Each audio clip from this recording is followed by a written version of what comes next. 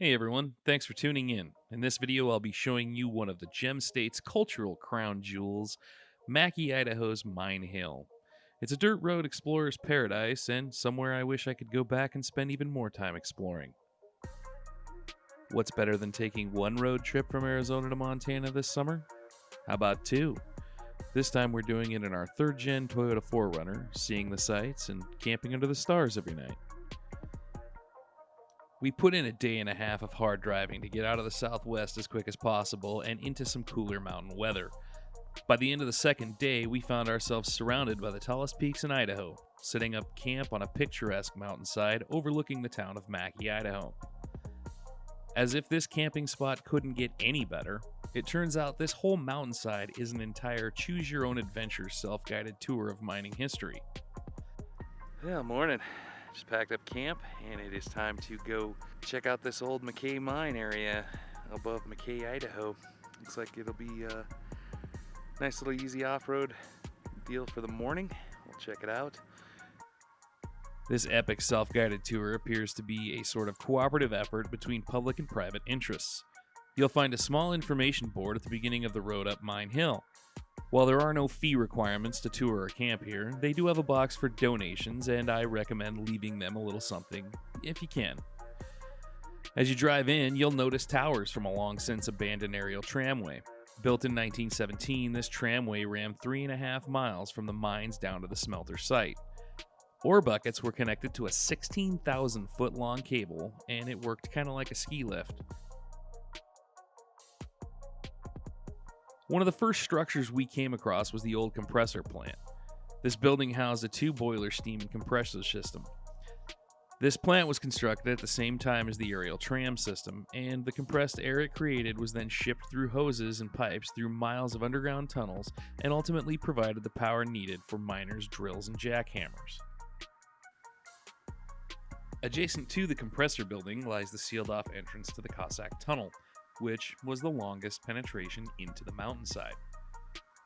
Okay, so it goes without saying, and if I have to tell you, it's probably not a good thing, but it's an abandoned mine shaft. We don't go in those, ever. This one's fenced off to keep you from going in there, but word of the wise, don't go in them. Further up, we came across the ruins of a settlement known as White Knob. White Knob and Mackay both came into existence around the same time, just after the turn of the 20th century.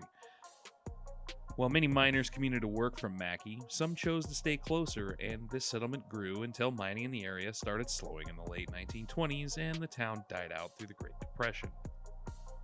Finally, we got to the feet of the structure that serves as the poster child for this trip, the aerial tramway loading station. Originally, ore from the mine had to be brought down the mountain via a railroad system. This system was very expensive to operate, so in 1917, the tramway was built.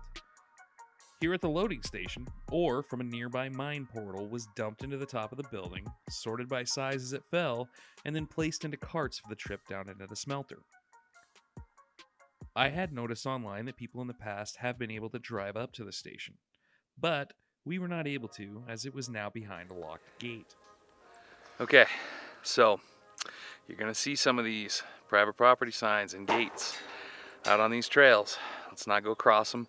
There's actually some active mining going on around here. You don't want to be out there in those parts, and it's also very illegal for you to be there without permission, so don't do it. This place is already kind of off-roader's paradise enough, and there's just so many trails, so many things you can see and drive to. There's no need to go beyond that. If you're on my channel, you're probably one of those people that, appreciates these things for what they are and wouldn't do that. Plenty to do out here, and it's free. You did see me back there leave a donation. I would suggest that you do the same. I mean, somebody put a lot of work into keeping this thing accessible for the rest of us, so throw them a couple bucks and help them out. All in all, the Mackay Mine Hill was one of the coolest places I've been in a while. With the network of Forest Service roads in, around, and out of the area, we could have easily spent days exploring the place, and hopefully, someday we can come back and do just that. I hope you've enjoyed this video. If you have, please click like and consider subscribing to my channel. Liking helps these videos get noticed, and by subscribing, you'll be sure never to miss a new video. As always, I'm Matt Kester. You can find me on Facebook and Instagram at Frugal Explorer Dad. Until next time, be good.